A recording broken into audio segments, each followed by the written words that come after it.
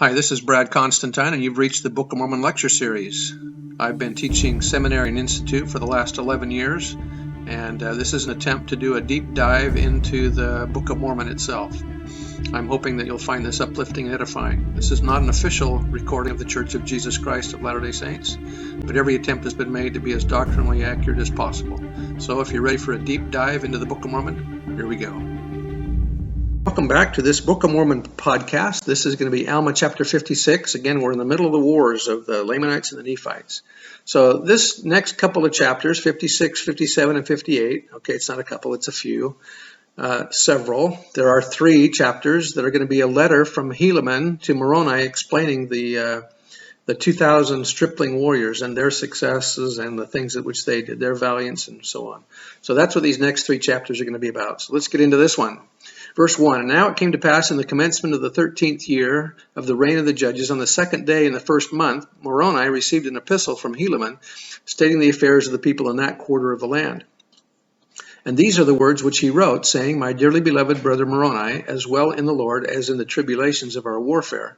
Behold, my beloved brother, I have somewhat to tell you concerning our warfare in this part of the land. Behold, 2,000 of the sons of those men whom Ammon brought down out of the land of Nephi. Now ye have known that these were descendants of Laman, who was the eldest son of our father Lehi. Now I need not rehearse unto you concerning their traditions or their unbelief, for thou knowest concerning all these things. Therefore it sufficeth me that I tell you that 2,000 of these young men have taken their weapons of war, and would that I should be their leader. And we have come forth to defend our country. And now ye also know concerning the covenant which their fathers made, that they would not take up their weapons of war against their brethren to shed blood. But in the 26th year, when they saw our afflictions and our tribulations for them, they were about to break the covenant which they had made, and take up their weapons of war in our defense. But I would not suffer them that they should break this covenant which they had made, supposing that God would strengthen us, insomuch that we should not suffer more because of the fulfilling the oath which they had taken. But behold, here is one thing in which we may have great joy. For behold, in the 26th year, I, Helaman, did march at the head of these 2,000 young men to the city of Judea to assist Antipas, whom ye had appointed a leader over the people of that part of the land. And I did join my 2,000 sons, for they are worthy to be called sons, to the army of Antipas, in which strength Antipas did rejoice exceedingly. For behold, his army had been reduced by the Lamanites, because their forces had slain a vast number of our men, for which cause we have to mourn. Nevertheless, we may console ourselves in this point, that they have died in the cause of their country and of their God, yea, and they are happy. And the Lamanites had also retained many prisoners, all of whom are chief captains, for none other have they spared alive. For we suppose that they are now at this time in the land of Nephi. It is so, if they are not slain. And now these are the cities of which the Lamanites have obtained possession by the shedding of the blood of so many of our valiant men. The land of Manti, or the city of Manti, and the city of Zeezrom, and the city, Zeezrom had a city named after him. That's interesting. And the city of Cumeni, sorry, I didn't mean to be sidetracked there, but I didn't notice that before. There's a city called Zeezrom after the lawyer that got converted. Very interesting. And the city of Cumeni and the city of Antipara, and these are the cities which they possessed when I arrived at the city of Judea, and I found Antipas and his men toiling with their might to fortify the city. Yea, and they were depressed in body as well as in spirit, for they had fought valiantly by day, and toiled by night to maintain their cities, and thus they had suffered great afflictions of every kind. Elder Holland said, I know of nothing that Satan uses quite so cunningly or cleverly in his work on a young man or woman. I speak of doubt, especially self-doubt, of discouragement and of despair. I wish at the outset, however, to make a distinction that F. Scott Fitzgerald once made. Trouble has no necessary connection with discouragement. Discouragement has a germ of its own, as different from trouble as arthritis is different from a stiff joint. We all have troubles, but the germ of discouragement, to use Fitzgerald's word, is not in the trouble, it is in us. Or to be more precise, I believe it is in Satan, the prince of darkness, the father of lies, and he would have it be in us. It's frequently a small germ, hardly worth going to a doctor for, but it will work and it will grow and it will spread. In fact, it can become almost a habit, a way of living and thinking, and there the greatest damage is done. Then it takes an increasingly severe toll on our spirit, for it erodes the deepest religious commitments we can make, those of faith, hope, and charity. We turn inward and look downward, and these greatest of Christ-like virtues are damaged, or at least impaired. We become unhappy and soon make others unhappy, and before long Lucifer laughs. Verse 17, and now they were determined to conquer in this place or die. Therefore you may well suppose that this little force which I brought with me, yea, those sons of mine, gave them great hopes and much joy. And now it came to pass that when the Lamanites saw that Antipas had received a greater strength to his army, they were compelled by the orders of Ammoron to not come against the city of Judea or against us to battle. And thus were we favored of the Lord, for had they come upon us in our weakness, in this our weakness, they might have perhaps destroyed our little army, but thus were we preserved. They were commanded by Ammoron to maintain those cities which they had taken, and thus ended the 26th year, and in the commencement of the 27th year, we had prepared our city and ourselves for defense. Remember that God doesn't just defend us when we are attacked, but he also defends us by not having the other side or the enemies attack us. And so you can see that when the 2,000 stripling warriors, all of whom we know that are righteous and kept the commandments and kept covenants, were protected by the Lord by the Lamanites not coming down upon them. Great blessings. Verse 21, now we were desirous that the Lamanites should come upon us, for we were not desirous to make an attack upon them in their strongholds. And it came to pass that we kept spies out round about to watch the movements of the Lamanites, that they might not pass us by night nor by day to make an attack upon our other cities, which were on the northward. For we knew in those cities they were not sufficiently strong to meet them. Therefore we were desirous, if they should pass by us, to fall upon them in their rear, and thus bring them up in the rear at the same time that they were met in the front. We supposed that we could overpower them, but behold, we were disappointed in this our desire. They durst not pass by us with their whole army, neither durst they with a part, lest they should not be sufficiently strong and they should fall. Neither durst they march down against the city of Zarahemla, neither durst they cross the head of Sidon over to the city of Nephihah. And thus, with their forces, they were determined to maintain those cities which they had taken. And now it came to pass in the 2nd month of this year, there was brought unto us many provisions from the fathers of those my 2,000 sons. And also there were sent 2,000 men unto us from the land of Zarahemla. And thus we were prepared with 10,000 men and provisions for them, and also for their wives and their children.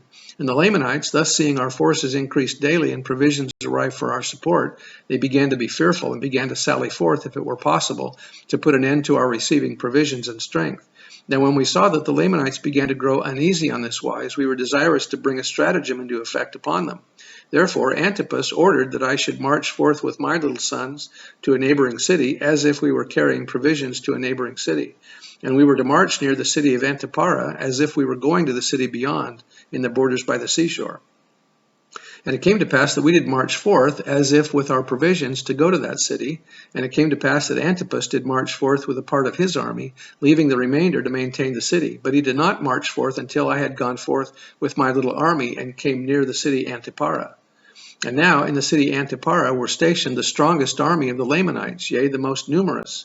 And it came to pass that when they had been informed by their spies, they came forth with their army and marched against us. And it came to pass that we did flee before them northward, and thus we did lead away the most powerful army of the Lamanites, yea, even to a considerable distance, insomuch that when they saw the army of Antipas pursuing them with their might, they did not turn to the right nor to the left, but pursued their march in a straight course after us. And as we suppose, it was their intent to slay us before Antipas should overtake them, and this that they might not be surrounded by our people.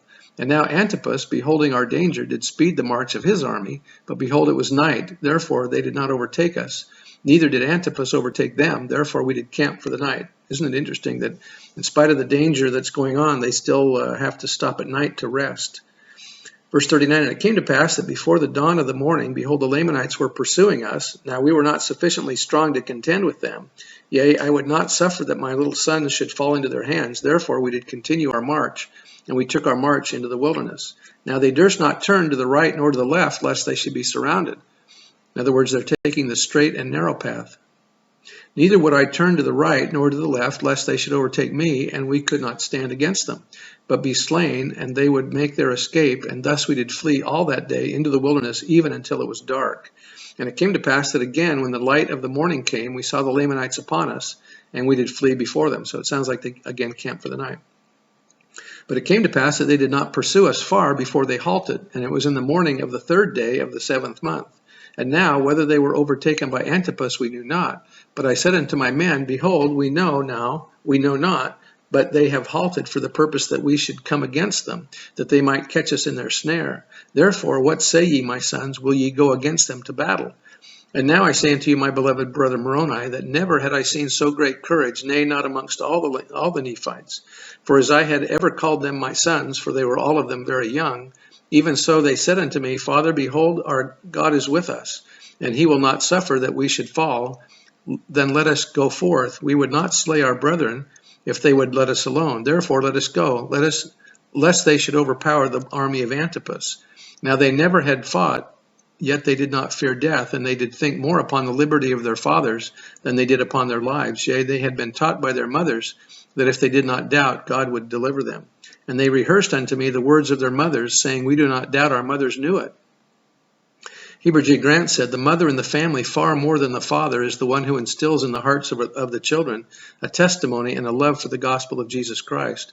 Wherever you find a woman who is devoted to this work, almost without exception, you will find that her children are devoted to it. Boyd Packer says, Put your homes in order. If mother is working outside of the home, see if there are ways to change that, even a little. It may be very difficult to change at the present time, but analyze carefully and be prayerful. Expect intervention from power from beyond the veil to help you move to what is best, to do what is best for your family. Verse 49, And it came to pass that I did return with my 2,000 against these Lamanites who had pursued us, and now behold, the armies of Antipas had overtaken them, and a terrible battle had commenced. The army of Antipas, being weary because of their long march in so short a space of time, were about to fall into the hands of the Lamanites, and had I not returned with my 2,000, they would have obtained their purpose. For Antipas had fallen by the sword, and many of his leaders, because of their weariness, which was occasioned by the speed of their march. Therefore the men of Antipas, being confused because of the fall of their leaders, began to give way before the Lamanites. And it came to pass that the Lamanites took courage and began to pursue them. And thus were the Lamanites pursuing them with great vigor, when Helaman came upon their rear with his 2,000 and began to slay them exceedingly, insomuch that the whole army of the Lamanites halted and turned upon Helaman. Now when the people of Antipas saw that the Lamanites had turned them about, they gathered together their men and came again upon the rear of the Lamanites. And now it came to pass that we, the people of Nephi, the people of Antipas, and I with my 2,000 did surround the Lamanites and did slay them, yea, insomuch that they were compelled to deliver up their weapons of war. Remember, this is the most the best Lamanite army that they could find. That's who they're fighting here. And also themselves as prisoners of war. And now it came to pass that when they had surrendered themselves up unto us, behold, I numbered those young men who had fought with me, fearing lest there were many of them slain. But behold, to my great joy, there had not one soul of them fallen to the earth. Yea, and they had fought as if with the strength of God. Yea, never were men known to have fought with such miraculous strength. And with such mighty power did they fall upon the Lamanites, that they did frighten them. And for this cause did the Lamanites deliver themselves up as prisoners of war. And as we had no place for our prisoners, that we could guard them to keep them from the armies of the Lamanites, therefore we sent them to the land of Zarahemla, and a part of those men who were not slain of Antipas with them. And the remainder I took and joined them to my stripling Ammonites, and took our march back to the city of Judea. So that's the end of chapter 56. You can see the influence of mothers, especially in this story of the 2,000 stripling warriors and the faithfulness that our mothers do for us. I bear testimony of the truth of the Book of Mormon. In the name of Jesus Christ, amen.